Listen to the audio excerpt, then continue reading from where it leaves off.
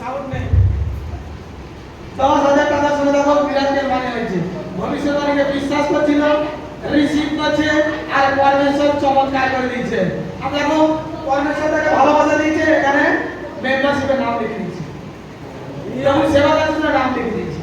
Hallelujah. কিস্তি ছিল তো মানে মাত্র 2,000 টাকা ছিল, 5,000 টাকার কোন কিস্তি ছিল। তো আমি এখানে তো রবিবার প্রার্থনে আসছিলাম, আমি বাবাজি তো বলেছিল ভবিষ্যৎবাণী মানে মিরাকেল করবে। তো আমি দোকানেই বসে প্রার্থনা করছিলাম, একটু কপালে নেই, আমি বলু আমি চেক করতে যাবো, তো আমাদের কিস্তি টাকা মেনে দেবে। তো 2,000 টাকা ছিল, সেখানে চেক করতে গেলো, দেখা গেল 10,000 টাকা। হালেলুয়া।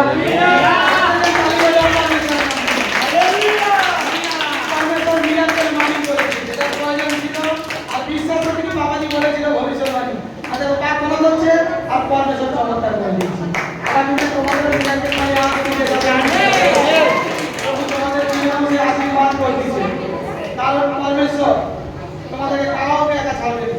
যেমন আজকে এটা 10,000 টাকা মিরাকেল মানে হয়েছে, আগামী দিনে তোমাদের লক্ষ টাকার মিরাকেল মানে হবে। আমার টাকার খুব দরকার ছিল, আর অ্যাকাউন্ট যখন চেক করবো যে 2,000 টাকা ছিল, কিন্তু অ্যাকাউন্ট চেক করলে বলছে আমার 10,000 টাকা মিরাকেল করে দিয়েছে। পরমেশ্বর প্রার্থনা শুনছে। বীজ বুঝছি না তোমরা প্রত্যেকজন, আমি প্রবেশবাণী করে উত্তম দাও, আর দেখো প্রভু কি দয়া করে। দেখো বেশ দিচ্ছ তোমাদের জন্য পরমেশ্বর পাঠাচ্ছে, আর বিশ্বাস করে চলো সাক্ষীগুলোকে দেখে কি আজ পরমেশ্বর লাগাচ্ছা ভবিষ্যৎবাণী বলছে তো অ্যাকুরেট কিনা।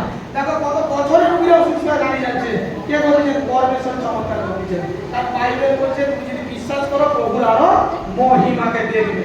নেক্সট মহিমা করো